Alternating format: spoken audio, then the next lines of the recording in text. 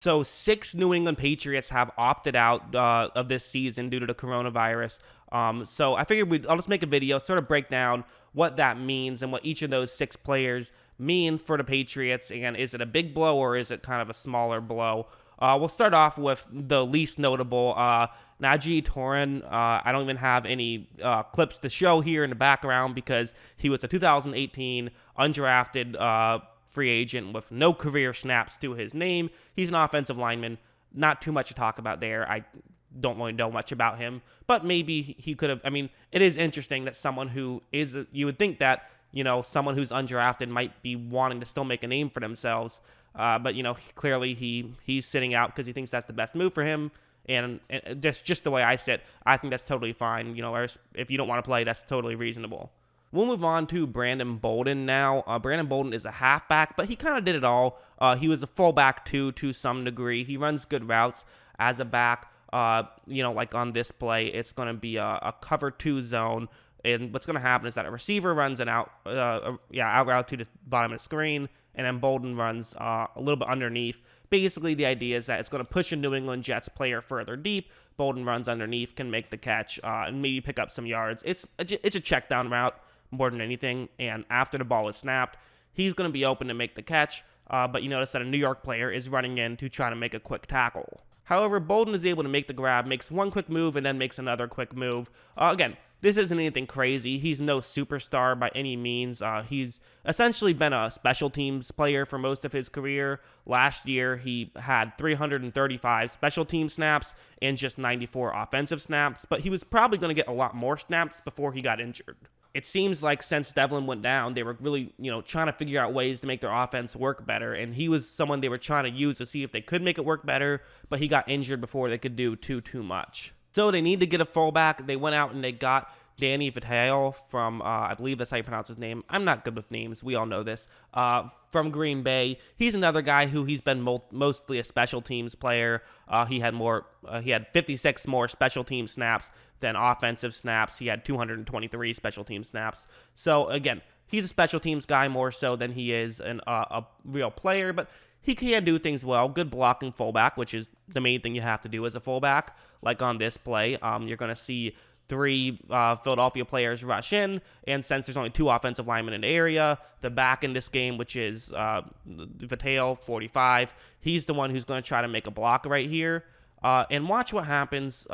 Basically, is that 54 is going to try to get to the inside, but watch how he kind of gets his left arm right there. So you think this is not a great situation, right? All 45 has is his left arm trying to push him back, but he's going to be strong enough that he is able to finish off this block him out of the way, which gives Rodgers, plenty of room to step up in the pocket. So, I think that's a good play. Again, so far we haven't gotten anything major, but I do think Bolden, really Bolden especially, I think would be, he's someone these are guys who matter. They might not be the biggest names. They are people you can replace, but I think more importantly, these are the kind of guys that when you have injuries, these are guys that can kind of replace those injuries, and now they're gone. So you're losing a little bit of depth here, even if it's nothing major. So moving on, we now have our first notable name, Patrick Chung. I mean, listen, he was 34 years old.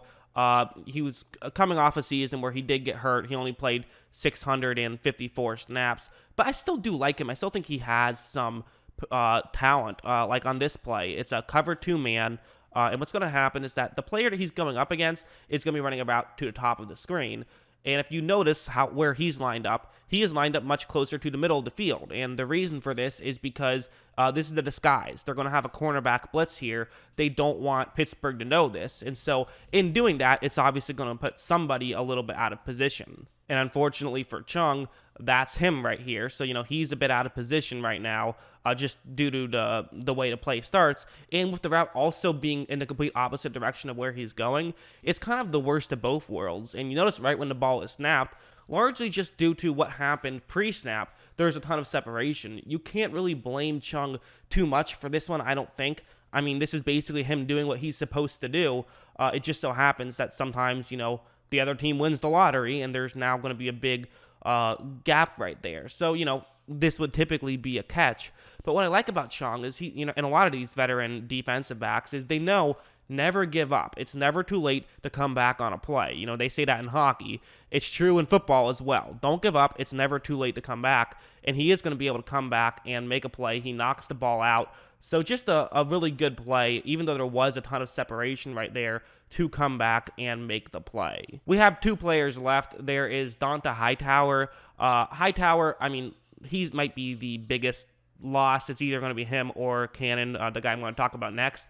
Those are the 2 biggest losses, I think. Hightower, he's one of those guys where he's good in the regular season, but he's great come playoff times. I don't know how New England gets so many guys like that, but he is certainly one of them. And obviously his most notable was in the Super Bowl 51, the infamous or famous, depending on which side you were on, 28-3 comeback.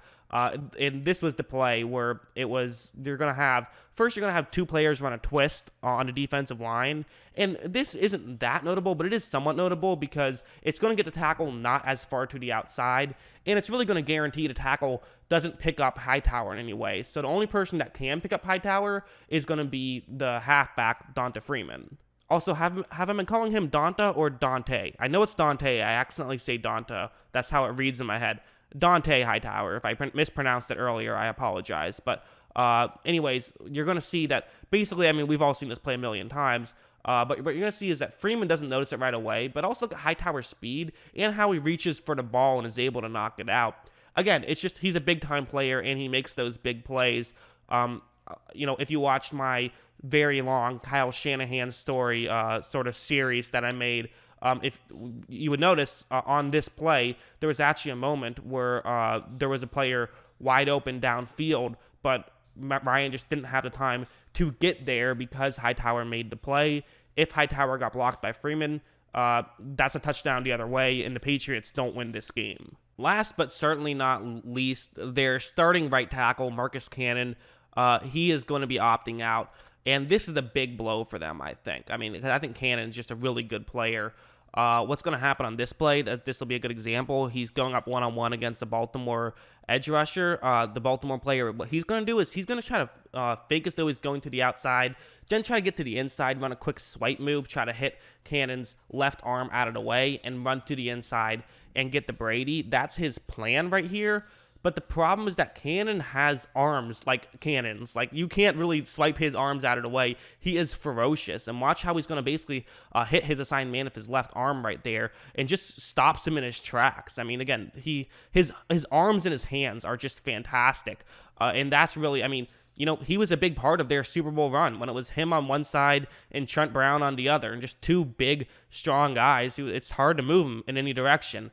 They both had key parts of that Super Bowl run. I think he's really good. He'll probably be, like, in a vacuum, their biggest loss. Like, Hightower has a tendency to, come up big in the big moments, but I think on a day in, day out basis, I think Cannon will probably be their biggest loss. I think these are big losses. I really do. I think the Chung one, they'll probably be able to replace. I think the 2 backs that they're losing, I think that matters. I think that they're losing some depth there.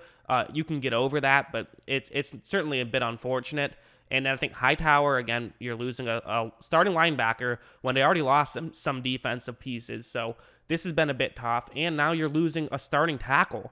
That's tough. Again, I will say that the one team that can probably afford to lose 6 players, 5 of them were guys who were going to get significant playing time, and 3 of them starters. If any team can afford to do it, it's the Patriots because of how they're built. They're not one of those teams that, has like 22 starters and then everyone else. Everyone gets playing time, everyone comes through, and they sort of thrive off of depth.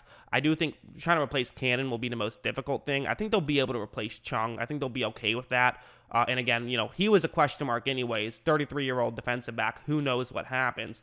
And again, Hightower, you can't replace his big game performance. I think this is a blow for the Patriots. I do. I think this is another bad thing that happened to New England fans during this offseason. It's been very unfortunate.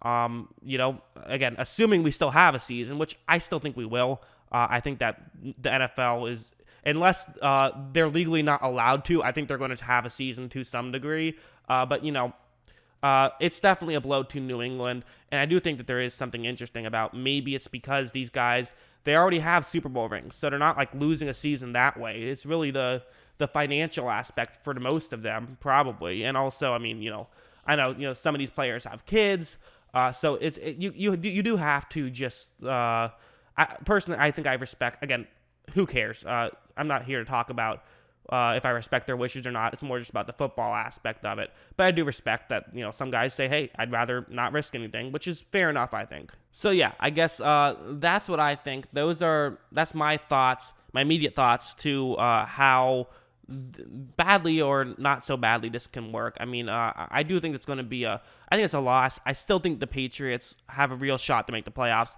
But I'm definitely lower on them now than I was. I do think that. At first, I was saying they're going to win their division. Now I'm not so sure. Now I think they might win the division. They might not. I think it's very, very close. I could definitely see either one happening. That's how big of a deal I think it is. I think especially losing a tackle. I mean, that's tough. It really is. Let me know what you guys think. I want to know 2 questions. One is, how bad of a blow is this just in general for New England? And then the other question is going to be, who do you think is going to be the biggest loss? Is it going to be Cannon? Is it going to be Hightower, Chung? Do you think that, maybe a couple of the backs, that could be a big thing, losing those special teams players? Probably not, but I think it matters too. We know how Bill Belichick loves his special teams guys, so that's another thing. But yeah, let me know what you guys think in the comments below. I always love hearing from you. And of course, as always, thanks for watching.